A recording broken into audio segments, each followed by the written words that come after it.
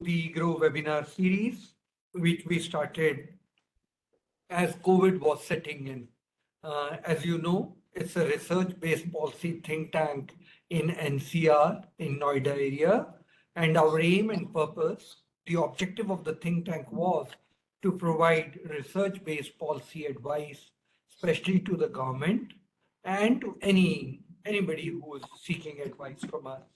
We have been very fortunate, and I would like to specially mention this today, that the original plan of India at 2047 was, the project was assigned to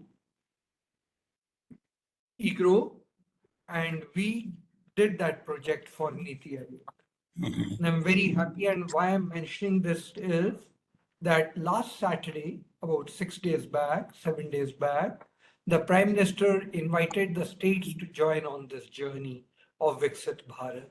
And I think we can only attain Viksit Bharat 2047 if everybody, the center, the trade associations, the academic institutions, the think tanks, and a man on the street, everybody starts thinking of Viksit Bharat. So that's why I'm saying I'm very proud that we did the initial work, gave it to Niti, and of course the Prime Minister has various other sources of information. I'm sure he tapped from many others. I'm aware of some.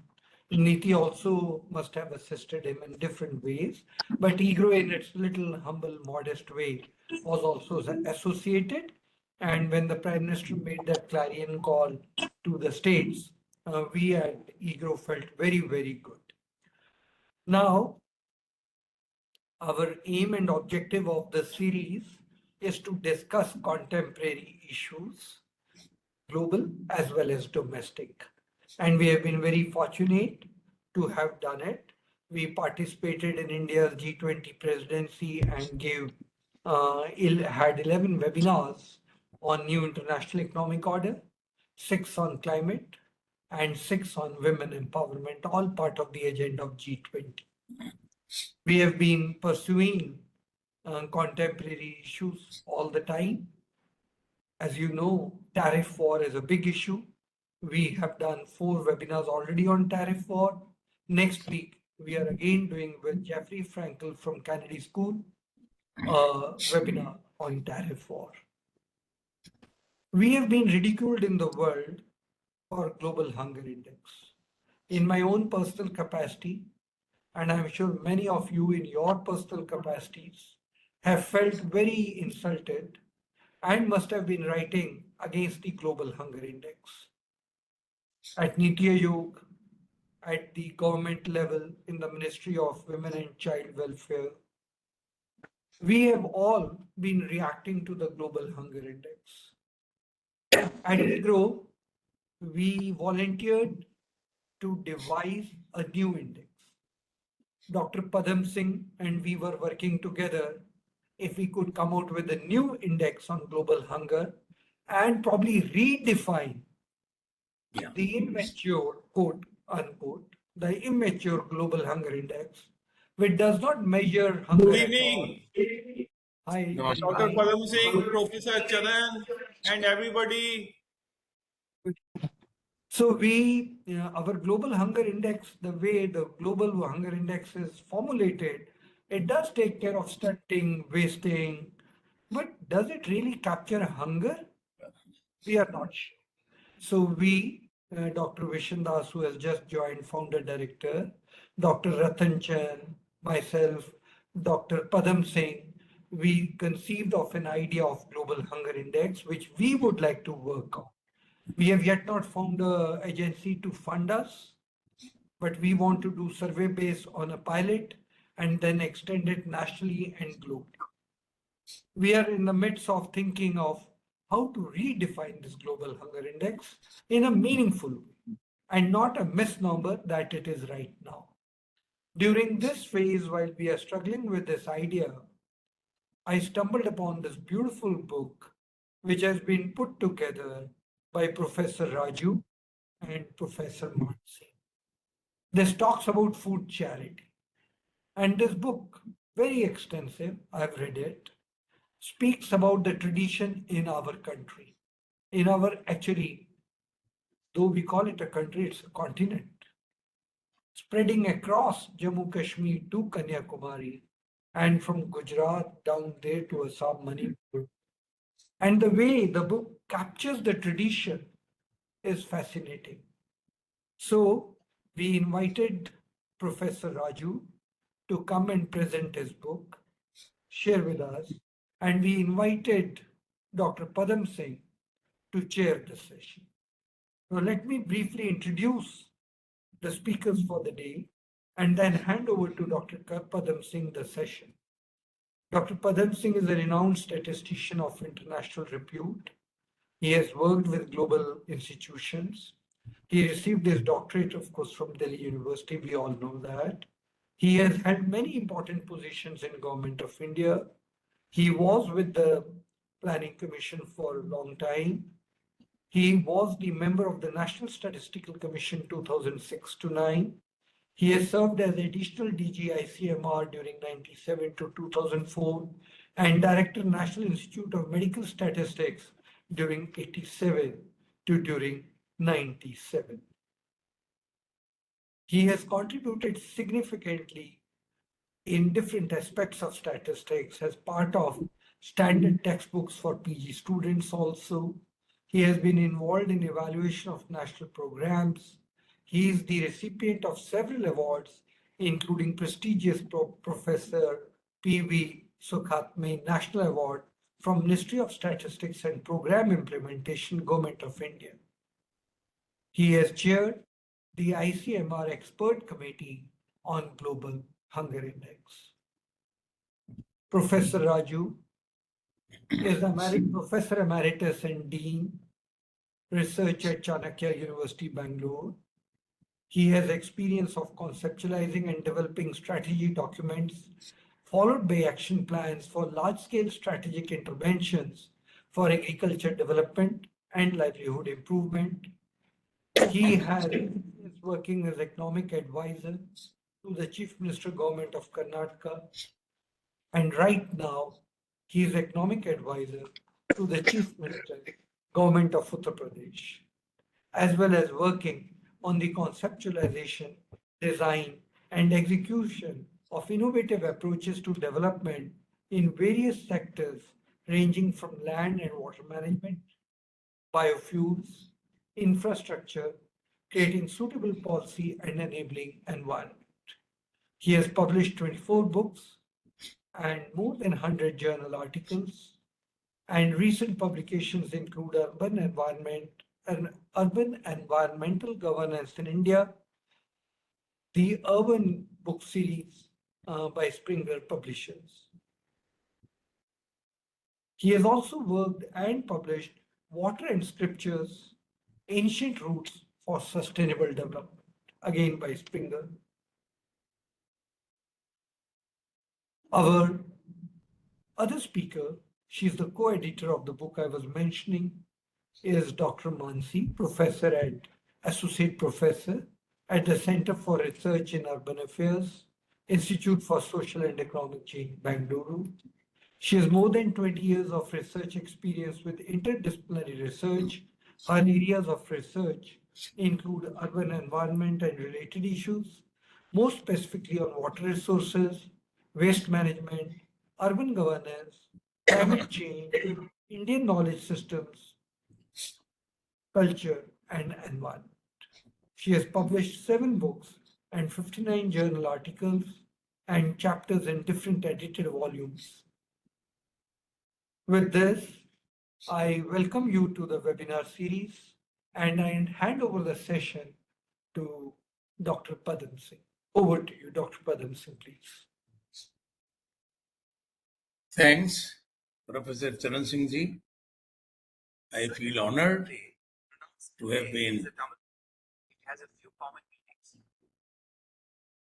made the chairperson of this important session. And as we have already said in the introductory remarks, that global hunger index, we have been all concerned, and the poor rating of India under this index has been a matter of concern. We are fourth in the Indian, internationally in the economy, and among the top 5 countries in terms of the food grain production. And the ranking which India has received, we are shown below our neighboring countries. I raised this issue before ICMR, and then ICMR asked me, why don't I take the responsibility of chairing, a committee. They constituted an expert committee, which I had the privilege of chairing that committee. So I'll be commenting about that at the end. So I request Professor Raju, the floor is yours. Please start your oration, Professor Raju.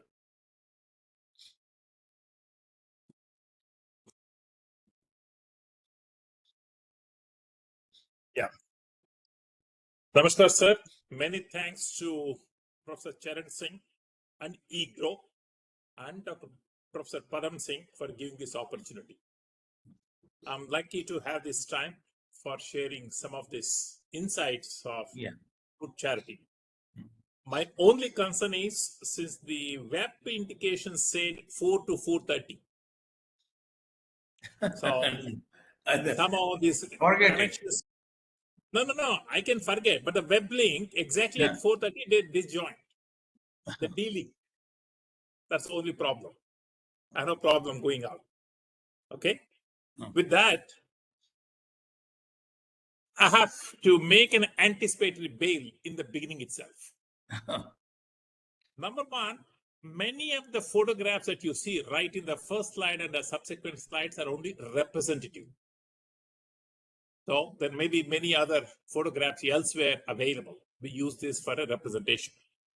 Number two, we cover Hinduism, Jainism, Buddhism, Sikhism, Islam, and Christianity.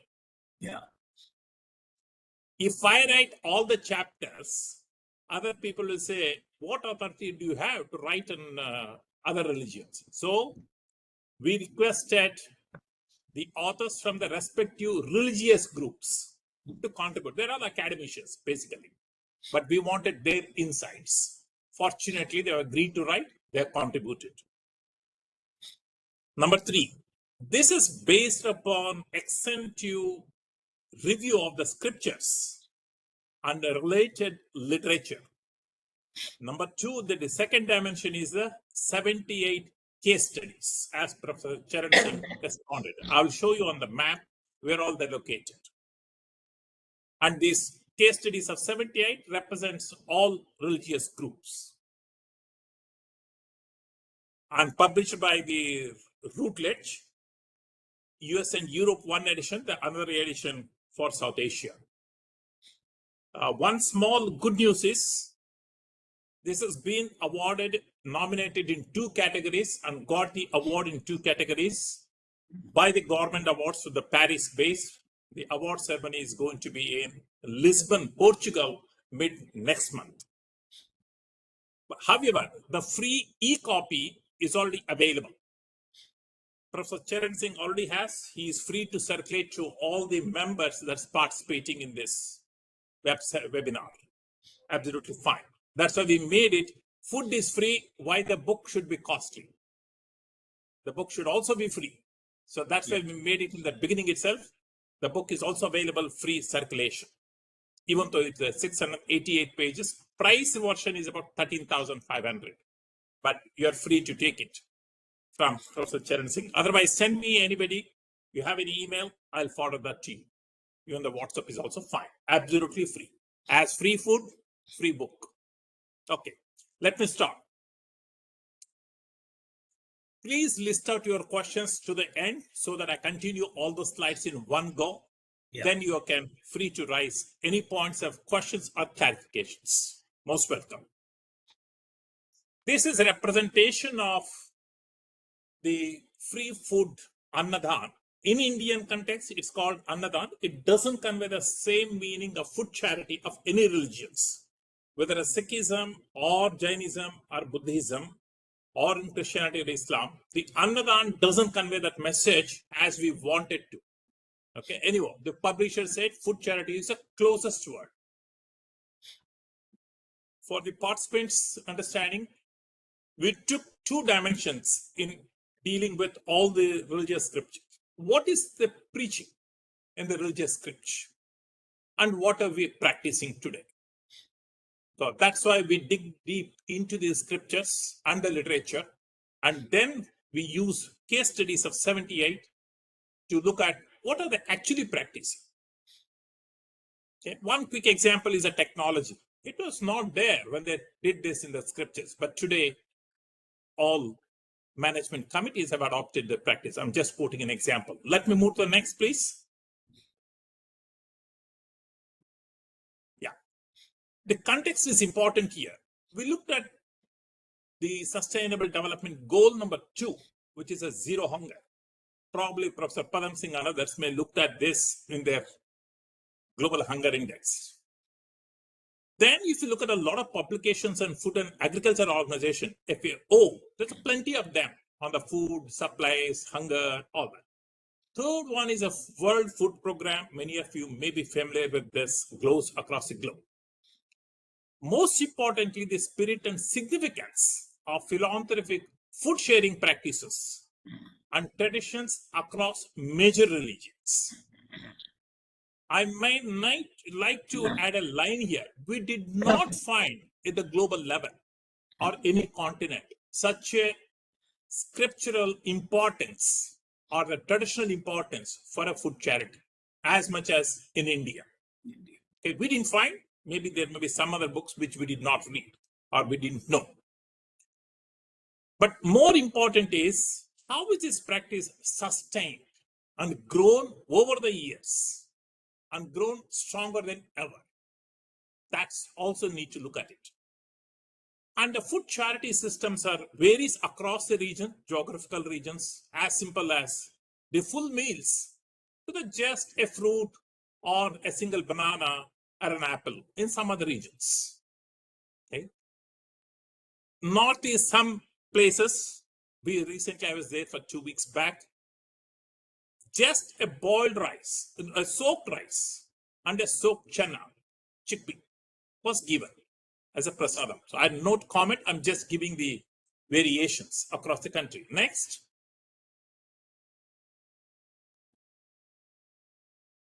Vivek, please. Yeah, okay. We had an objective of first how Anna-daan is conceptualized over the time across the religions, culture, and traditions. That's more important. And what are the reasons for continuing this Anna-daan over the centuries? We don't find declining, but it's increasing in multidimensional. Now we try to document various initiatives, types, and models of Anna-daan across India and their governance mechanisms. That's more important. What governance systems, we will come back to that in a few slides now. And what are the emerging issues and what options or suggestions we may have to improve the current status. Next, please. Yeah. We looked at the review of literature of textbooks, religious texts, folk literature, philosophical texts, academic reports, whatever we could able to gather both online and offline, and papers, web links, newspaper clippings. We also requested all our authors to do similar efforts across the religious groups across the country, and they have done it. Then we looked at institutional processes and their dynamics. What management practices and the models they could able to evolve over a period of time and keep modifying as per the current situations. And then there are some best and the popular practices. And what we looked at the key issues as in the case studies indicated. But in addition to that, secondary data, we looked at all the compiled, analyzed the data of case studies and also available information on the websites of all these temples. Not all of them have websites. Okay. Andreas, look at the secondary data of both the official institutions, like some state governments have a beautiful method of handling this. What they call it as endowment departments. Not all states have this. Okay. And also looked at the secondary sources, both published and unpublished, wherever we could able to access them. And then we had extensive interviews and discussions with the scholars, experts in the respective religious groups also. Not that we exhausted, but this is representative. Now, we initially looked at pilot survey of 5 religious places. Then we modified our checklist. And there was a checklist given to all the case study writers to pick it up. That's where it comes to. Okay, next, please. Okay, here is a quick representation across the country where 78 case studies are spread out. The first letter, H, represents Hinduism, S represents Sikhism, I represents Islam, J represents Jainism, and B, Buddhism. So this basically is spread out across the country, wherever we could able to get help. Because many temples or places of worship unwilling to share. There's another problem that we faced. I don't know why, but well, we had to reality. Next, please. Okay. In Hinduism, dana, basically it's a part of our dharma. It's a religious duty. There's no questions asked here. And it's also a tradition in their family. Islam, basically it's a zakat, charity out of one's earnings and possessions. Christians, basically it's an action of mercy, kindness, and compassion. It grows across the world. And Jainism, they have a Chaturveda dana. One of them is ahara. The other ones are all Aush, Abhay, and Shastra. Buddhism has a much more deeper emotion towards the kindness. They don't have a mass feeding as in some other religions that we see in Sikhism and Hinduism. They don't have that. But yes, monks basically get feeding from the families or their groups, social, religious, spiritual. Okay, and Sikhs unusually huge scale and across the country. And we found the case studies across the globe also. Wherever they have a langars, amazingly well maintained. And the nutrition, we'll come back to that in a minute. So there, along the principles, one chakna sharing with the others is what is important. And langars plays very critical role here. We have the details of that. I must underline here, our study restricted to only large-scale feeding, running into few thousands of few hundreds, not the smaller ones. Okay. Next, please. Okay. Let us start with the Hinduism. The photo represents one of the temples in South India. Why we give these images, similar images coming up in the other religious groups. You see the extensiveness of the feed. And it, men, women, children, old, young, everybody is there. Now, even the street, they clean it up and they provide. So it's the eternal law that we need to, as part of our dharma or our morality, we should distribute this. Now, each person belongs to either a society or family. They all come and contribute there. Wealth is clearly said in the scriptures, look, this is not yours. You only earned it, but you need to spend to the society. We find a similar principle in the other religions also. And the gurus also emphasize, you please devote your time and seva for the human congregation, humanity. Similar principle in other religious groups also. Bhagavad Gita also says selfless service and welfare of the world. Dana includes in all types, physical, intellectual, and spiritual. Because let us say langar construction, mandir construction, in all the religious groups, people contribute. Food distribution is only one kind of donations, but they also contribute physical construction of facilities across the places. Next, please. Now, going a little deeper, the dimensions of it, we found in southern states, South Indian states, has a lot of state departments. They call it the endowment departments. It is true in Karnataka, Andhra Pradesh, Tamil Nadu, Telangana places. They have an endowment departments. They subdivide the temples into A, B, C. A is a top level in terms of activities and the earnings. Now, for example, Balaji Temple in Tirupati provides anything between 50 to 100,000 meals per day at one time. Please visualize the extensive kitchens, modern kitchens. So as Vaishnava Devi, the normal. Langars is no less. They provide 1 to 1,50,000 meals at a time. Please visualize all this happens in a couple of hours.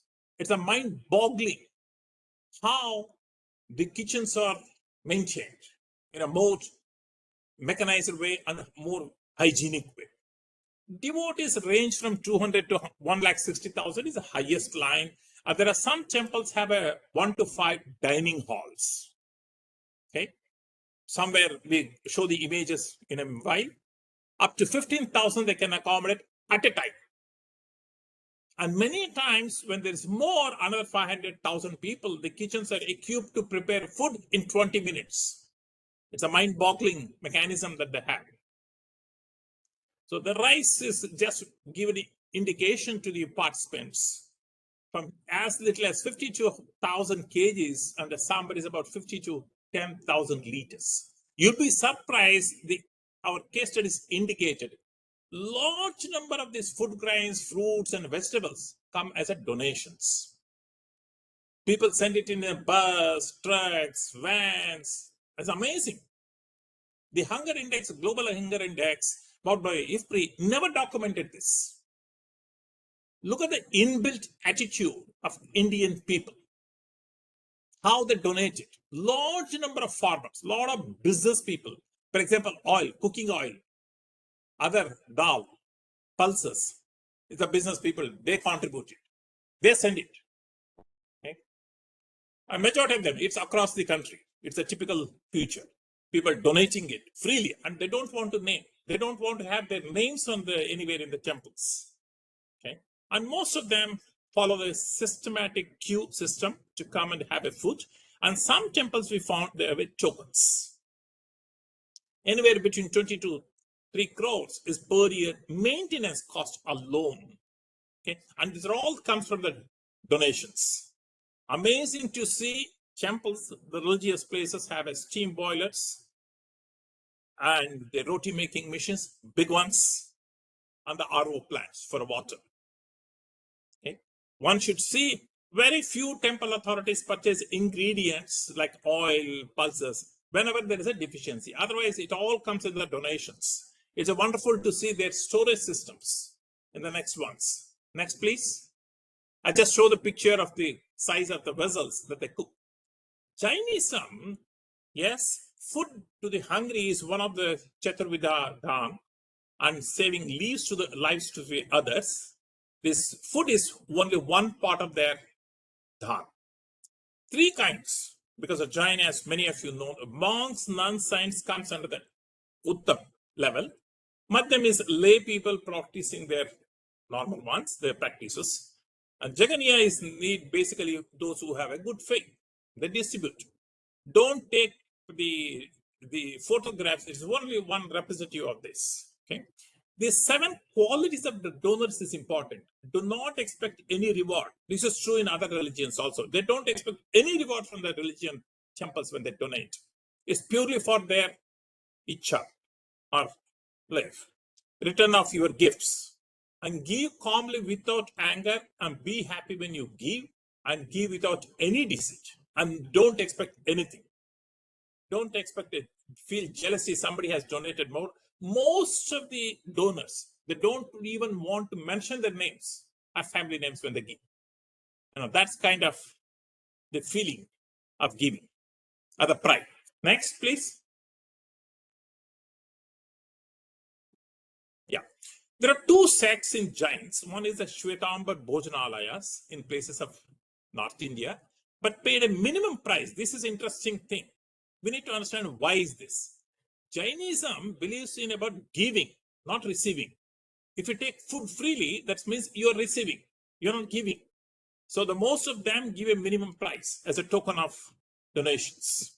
Whereas in South, the Digambar Bhojanalayas, Bhojanalaya is eating centers or meal serving centers, provide free food. Maybe they are in competition with the other religious organizations there. There are more than 50,000 giant temples, as we read in the documents. But most of the temples are less devotees for a meal service in Jainism. But except Mahamastabhisheka, the 57 tall statue that you see in 7 Bedaguda in Karnataka, takes about 5 to 100,000 people for meals during those periods. Well, they also have a very good, well-equipped kitchen systems and dishwashers including. Next, please. Buddhism, their Dhamma, doctrine of Dhamma, is very integral part of it, Dharma. And it's a self-reflexive process, and they want to overcome their ego and greed by giving that to attain the spiritual wisdom. It's a largely Buddhist monks. They survive on Anna-daan, performed by the followers or anybody else, and rich and earn various karmic and spiritual merits. Teachers largely sharing surplus and overcoming the material detachment is part of the Buddhism culture.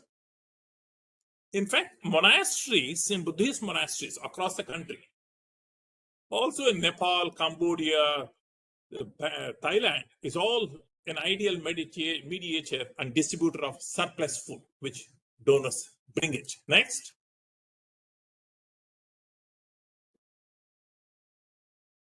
Anna-daan happens within the monastery, not outside.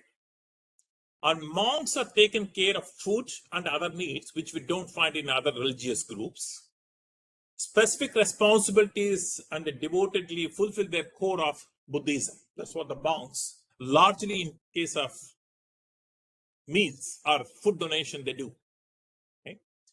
And people liberally donate to the monasteries. You see this in Nepal, you see in China, you see. Okay. Can you, Vivek, next slide, please? Okay.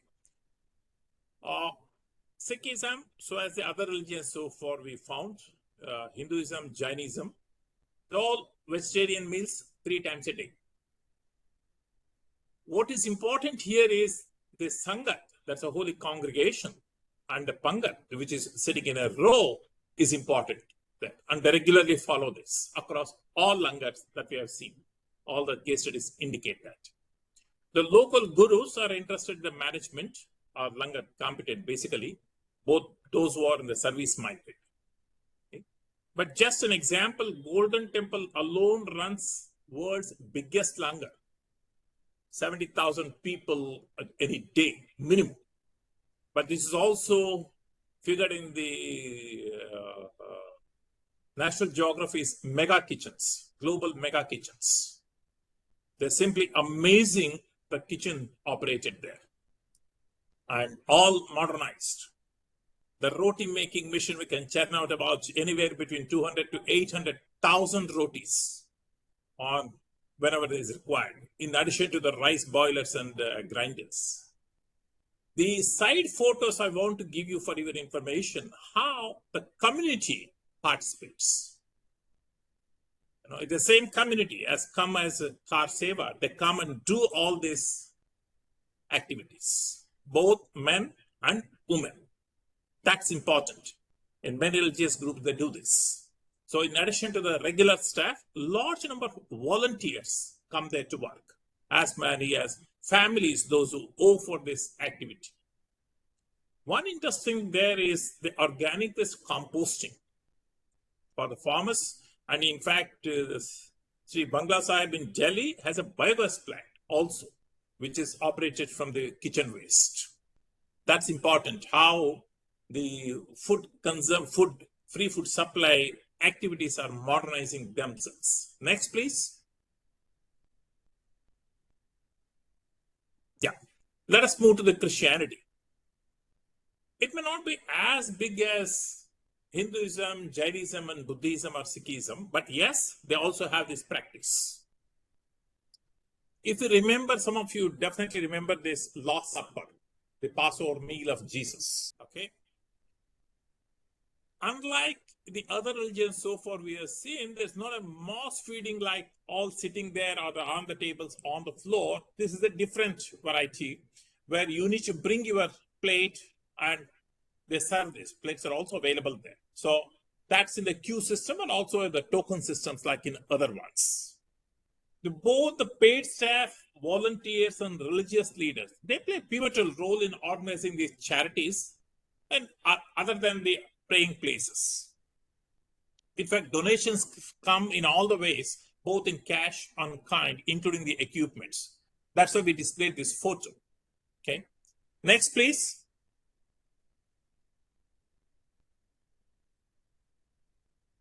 Islam. This is another method, not in a mass feeding, probably during the Ramzan period. They definitely do a large scale feeding, much on the bigger scale. But this is one of the representative photographs taken. But the Quran says you have a good man are those who feed the poor, and they have a huge practice both in the Ramzan and otherwise also to feeding the poor. That goes in front of their houses or in front of their praying places, the different locations, but not in a regular manner as we see in the other religious groups. But yes, as the advice of the Prophet, feed the hungry, visit the sick, and set free the captives. They believe that and they do this regularly. Next, please.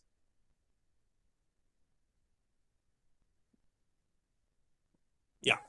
Food charity are largely organized in dargahs, and Sufi saints largely participate in that. I'm not saying the others don't participate. This is what we found.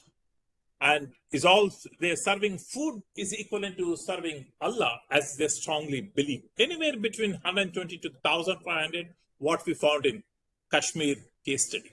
But the other Ammajan, Babajan Dargah provides anywhere between 10,000 meals per day, whenever they do that, but not on a regular basis. Zakat, which is basically a 2.5% annual savings, and Sadqa is a voluntary donation which they practice.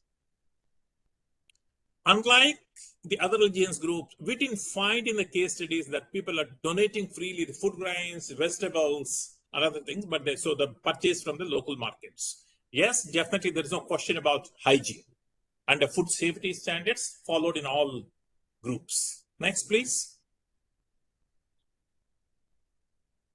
Okay, let us come back to the last two slides. What did we learn from this? We are not saying the exhaustive one because of the time lag. One, the culture of feeding is part of all religious groups and also has the huge backings of the philosophy and the spiritual support. We need to look at that. In fact, it's inbuilt in the religion and also in the family traditions. What's striking is a magnitude, like about something like 160,000 meals per day. In some places, this is on the highest number, as low as 200, 500 also per day. What is important for Dr. Padam Singh and others, those who are interested in the hunger index, the nutrition and the nourishment is very much important here. Nowhere we found only a single item is given. It's all nutritional food and a freshly cooked food. That's more important. We don't find this in many other parts of the globe. Many parts of the globe usually gives a packed food, bread, others. But here is freshly cooked. There's a sabji, there's a dal, there's a rice, there's a roti. So that taken care. And we don't find anybody falling sick becoming hill after taking food. That's the hygiene that they follow. It's amazing. And a good governance and institutional arrangements, either on a voluntary basis or a regular management team, committee. Funding is absolutely no problem in any of these places. And largely it comes in the voluntary donations, whereas the food items comes as a largely donations from the as far as 1,000 kilometers in several places. People just send it. Quality is absolutely taken care. We don't find any problems in any of the 78 case studies. Safety is similarly the paramount importance people given. Most important being the religious traditionals and all that, adoption of technology is amazing what they're taken. He is sweeping floors, cleaning things, waste management, rice boilers, roti making machines. Simply unbelievable what they've done. Otherwise, you'll not be able to churn out a 2 lakh to 8 lakh rotis per day or per meal. And definitely effective waste management, where we observed in all the 78 places, they realized that waste is not going to be problematic to the climate there. Definitely, there's a socio-emotional understanding between what they do and what they practice. It also builds up as a human congregation takes place, we the people and togetherness. It also happened in Kumbh Mela, example. So it's great feeling for people to come together and live together and eat together. Next, please. Okay. Small suggestions. We are not making an investigative report here. We just thought some suggestions may be useful to those management committees or those organizations. One is, I think, please, we may need to build some more awareness and educate people. The spirit behind the tradition of Anna-daan, probably more people may participate. We don't find this happening there in the 78 locations. Probably introduce more protein-based diets and micronutrients. Some nutritionists may specifically work on this. That may be useful. So suggest you to the religious places. Well, financial support is not a problem at all, but if anybody puts up in a long-term basis, building the corpus and then from there churning out, maybe another opportunity to look at it. So that the long-term corpus building would be helpful. So particularly it was supported during the pandemic and unprecedented situations. These religious places have played a very marvelous role, feeding large number of them. Okay.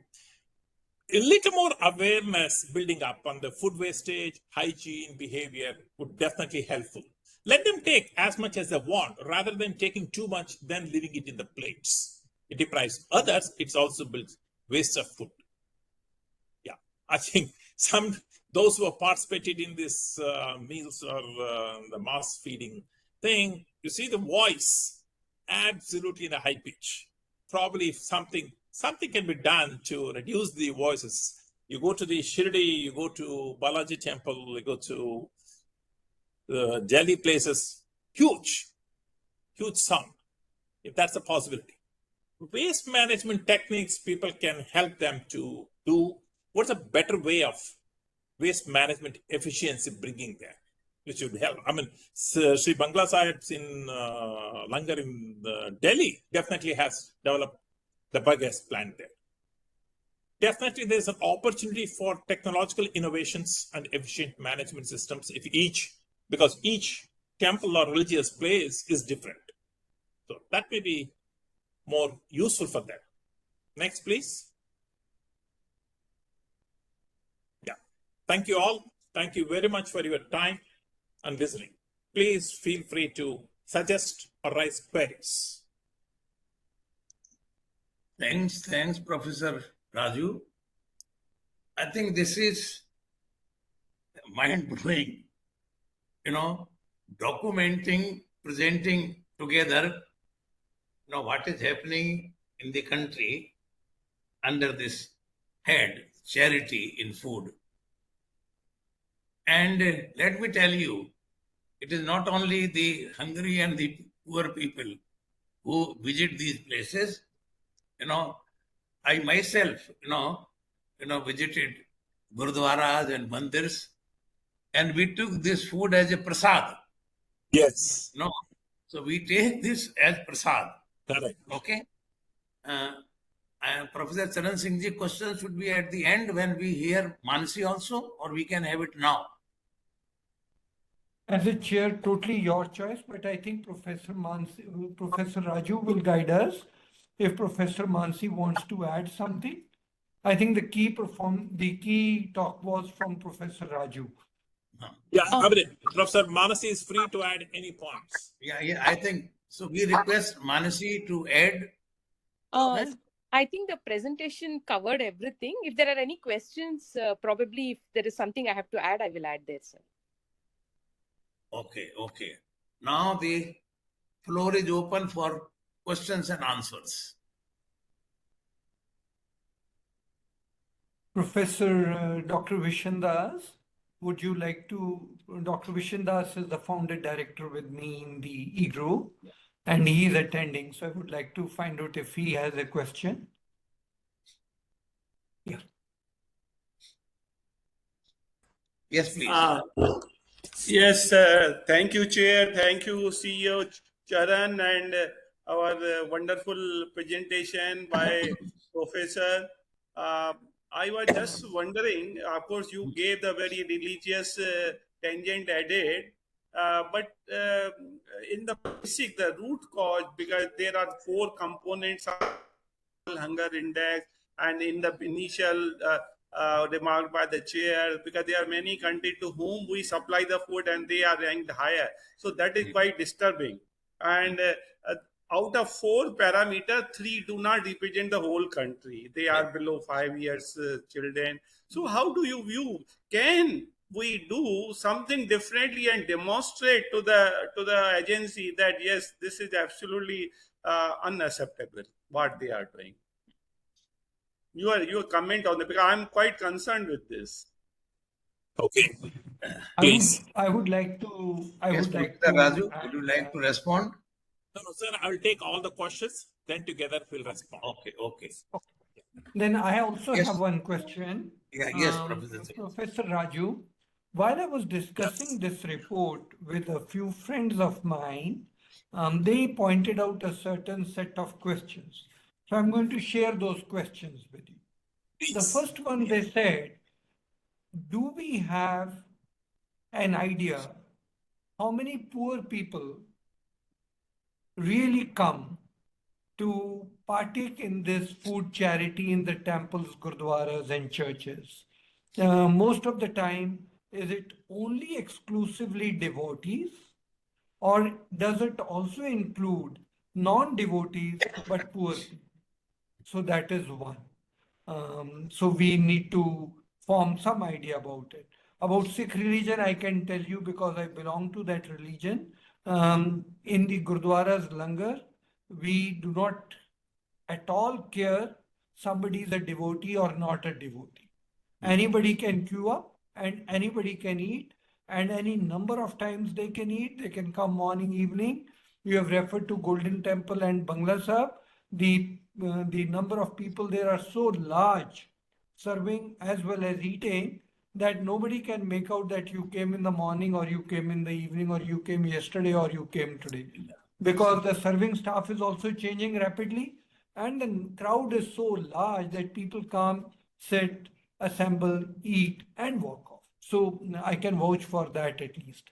The other question that came up is that yes, we do reach out to through food charity, but in remote places, where mostly the hungry could be living, would you have charity food available in those remote places also?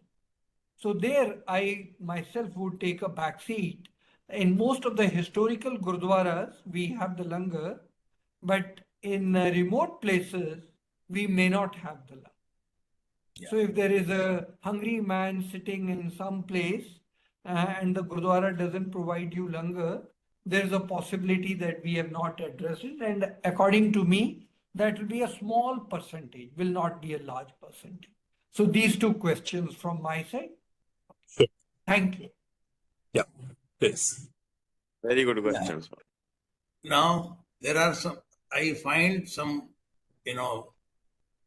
questions that langar must be Yes. supported by the government, somebody is writing, and then food hunger index, people do not have any data in which village they found people suffering with hunger and all that. So there are some comments. I don't know. I request that if these questions are asked in person. Sure. Hello. So, See, I have one or two points. I think Prof. Charan Singh has already said the same thing.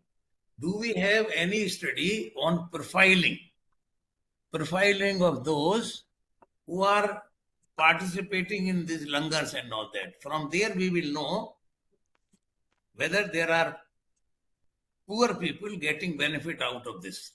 So, profiling studies, if there are any. And the other thing is there any change over time in this, charity? If you can, throw some light on these two things. Sure. Yeah. Anybody else?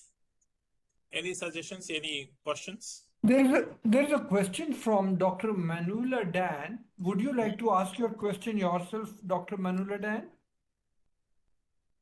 Sir, I have one Can I? suggestion.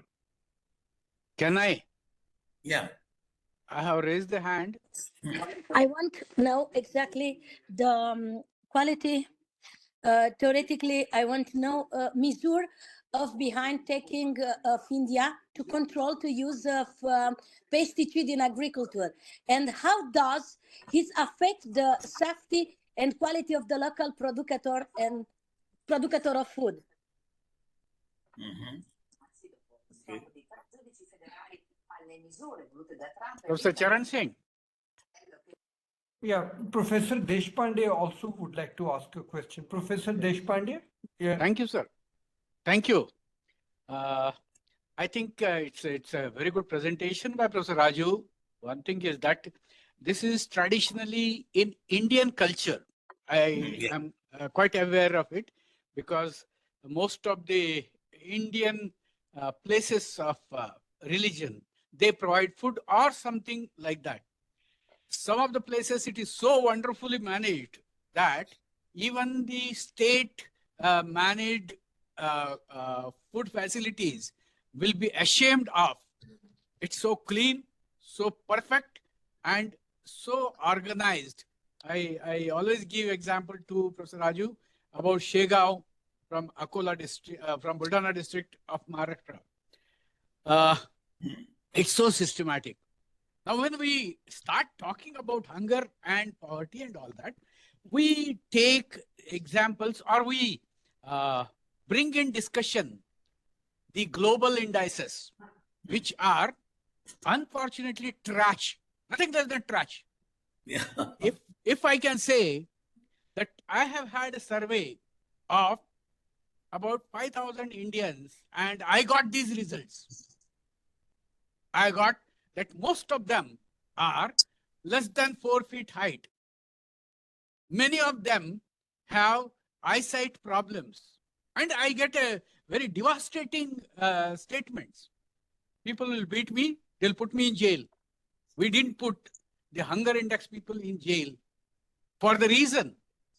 What is sample size? It's 3,000. How was the sample collected? Nobody knows. Dr. Padam Singh is there. It was not systematically. He's the director of statistics. I met him long back, about 40 years back possibly. Yeah. Did they have any kind of, and they have not specified anywhere a proper sampling frame. Number two, that one of my students was working, a child called stunted in the childhood wins a marathon competing with those who are drinking Bornvita every day. Yeah. This is something which we need to revisit. I think Arvind Pangadia, did visit this issue that our standards are different. And we compare ourselves with global standards. Now, in global hunger index are for another fashionable tool, a happiness index. Such a trash things comes to India and nobody's bothered about it. People take it as if it is Brahmavakya, and academicians of great height and great intellect take it as if that is to be discussed. I didn't get a chance to write about it because I was busy with other things. But if at all I write, I need to write very scathing attack on this. Second thing, Professor Deshpande. second thing, just second thing. Yeah. Second thing, as far as providing of food is concerned, in the through the religious temples or religious institutions, it is something that we in the culture consider, any religion consider food as God and ultimate help for us. Now this is something which we need to underscore when food is supplied. It's not food, it's a prasada. You have said it. It's prasada, which means it is to be consumed as if it's an honor to take it. Yeah. I'm really happy that Professor Raju brought in a lot of things. Good. Yeah. Thank you, Professor Raju. Thank you. Okay. Now, Vidyanand is, okay. You have something to ask, Vidyanandji?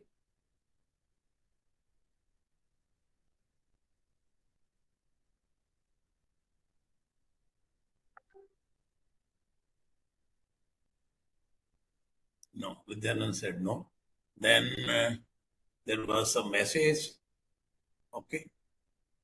Anybody else? Now you may respond, Professor Raju. Okay, sure, sir. Sure. Hello. Yeah. I'll just give me 2 minutes. Yes. Okay. I saw that other questions also popping up on the screen. Okay. I also pick them up. Number one, at the outset, I was giving the acknowledgements. Mythic Society based in Bangalore and the Center for Education and Social Studies, also based in Bangalore, they supported this study wholeheartedly. I think we are extremely thankful to them. Okay. The second one is, there are two questions I should take it together. What Dr. Padam Singh has said, profiling. We did not do any profiling. Because as you know very well, sir, this is a different exercise. We didn't do any profiling. We just counted the number only. Then Dr. Ashok said about our poor children. To a large extent, yes, but if they are in the 3 to 5 kilometer radius, they definitely come to these places for a food. But if they are behind it, we don't find they will be walking all the way just for the food here. This is what we found across the places, okay? Whether a big places or a smaller towns.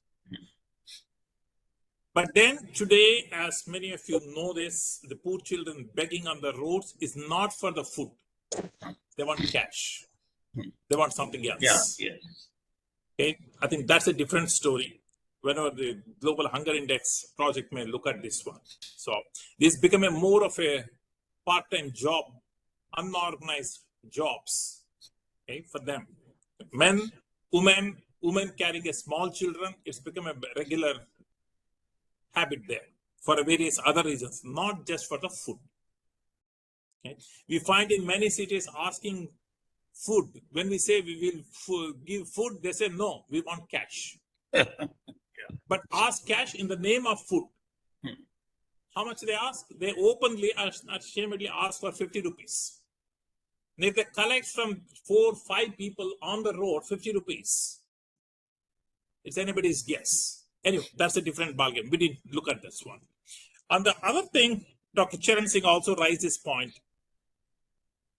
We don't have an estimation of percentage of poor or how many poor, because it's all. Because your next question also asked this. It is everybody, irrespective of the caste, creed, clothes, poor, rich, man or woman. Anybody can come. No discrimination. We didn't find this discrimination in any place. It's open to everybody. Okay, so that's where it goes. And most of the places, not all 3 times. It's only 2 times. Some places only 1 time, preferably lunch. Yeah. So that's where it goes. So that we need to find. Langars are different. Okay. Coming back to this one question on the regional variations and culinary traditions. Interesting question. In fact, those who can read the book, free available, you'll find the food distributed as a prasad in temples or praying places in Northeast is entirely different what they're given in South India. So those places, it's a single item, maybe cooked, maybe uncooked. Let us say khichdi, just one item, or just a fruit, just a banana. So not entire meals, 5-course meal, 3-course meal, no, just one item. It's also because of the number of people visiting there is also less. One should look at this physical constraints in organizing these activities. It's not easy. Yeah, but yes, wherever people find the local culinary traditions, they follow this. But then, not to forget, it also requires enormous community support. Without community support, this will not happen. Because somebody raises another question, how other countries can learn from India.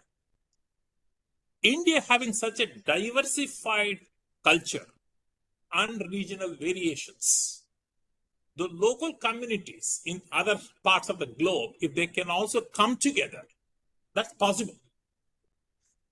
But we didn't get these examples of in other countries doing it because it requires enormous community effort.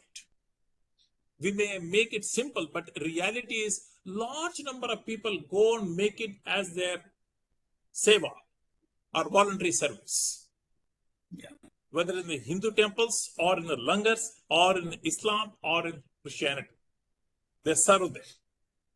They can make it as a habit. Somebody raised a question on NGOs. Oh, definitely yes. We appreciate that.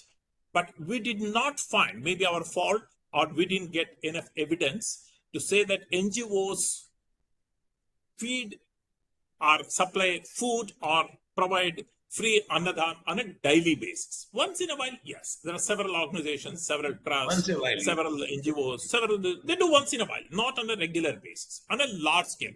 In fact, in anticipatory bail, in the beginning itself, we said we try to cover only large scale and daily serving, not occasional ones. Some people serve only on Mondays, some people serve only on Saturdays. That's up to them. We didn't cover that. We're trying to estimate. Coming back to Dr. Padam Singh's, the one estimate that gave us per day on a regular basis, 2 million meals per day. Okay, that's about 20 lakhs meals per day across the country. This is all large scale. I'm sure there may be large number of small scale goes on elsewhere also. Yeah. We wish some of your questions, we had more time. We had taken care in the beginning, but we had a very limited resources at our hand. And both Professor Manasi and me, we worked absolutely free as a seva to do this study, which is originated in one of the lunch meetings.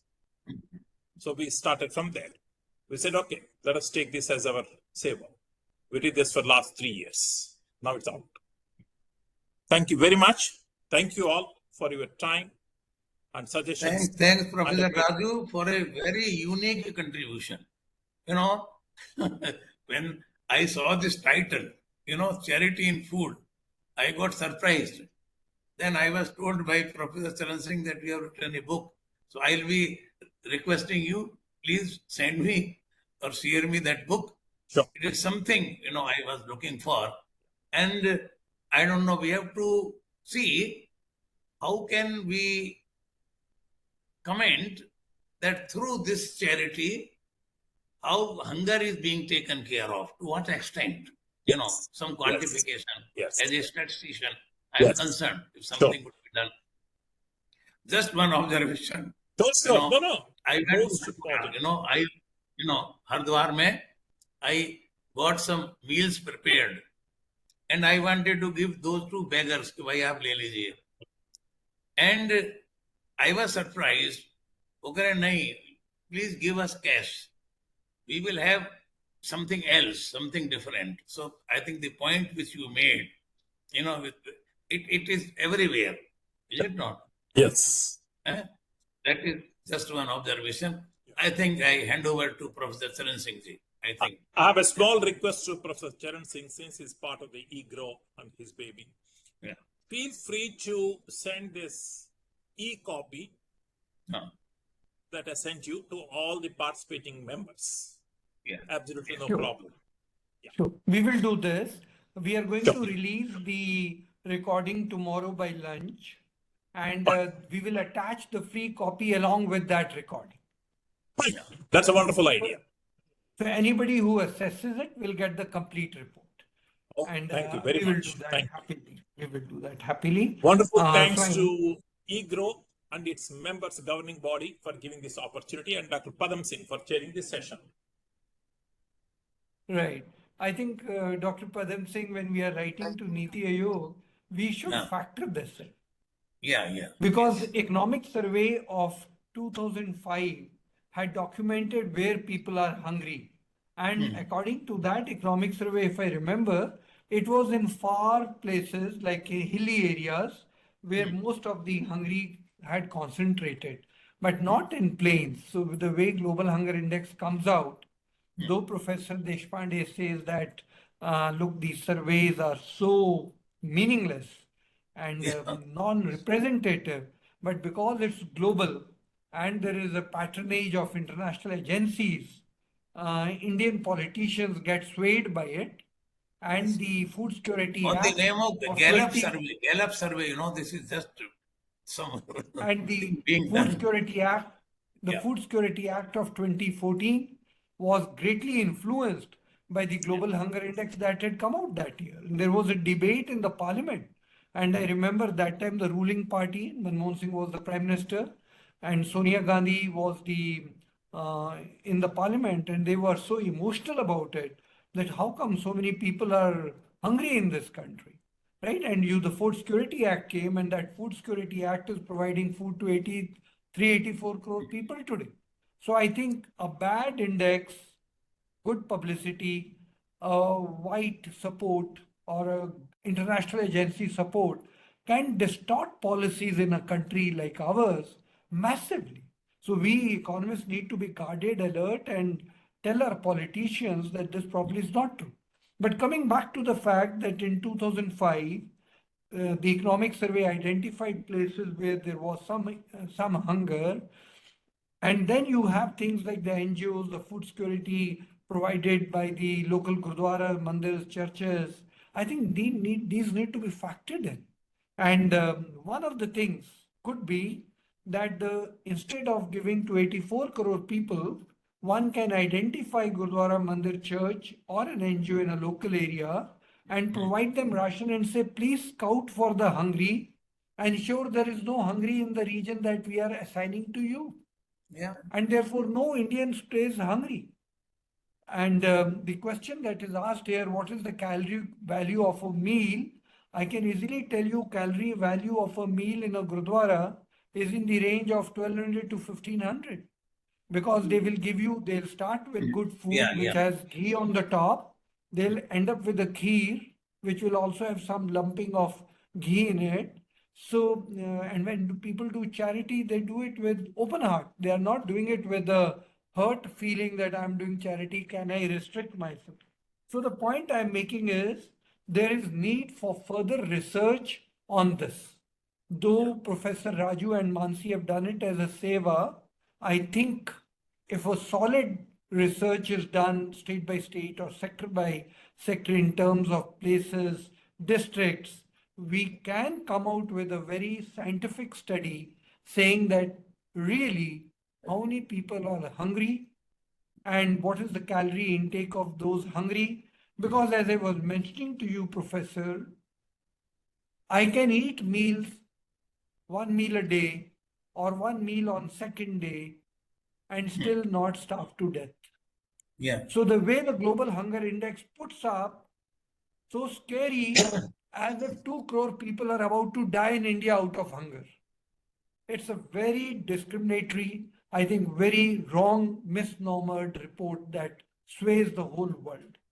In any case, I think the research which has been initiated by Professor Raju and Professor Manasi is pathbreaking, and I think much more needs to be pursued in this. It's in the interest of the state governments.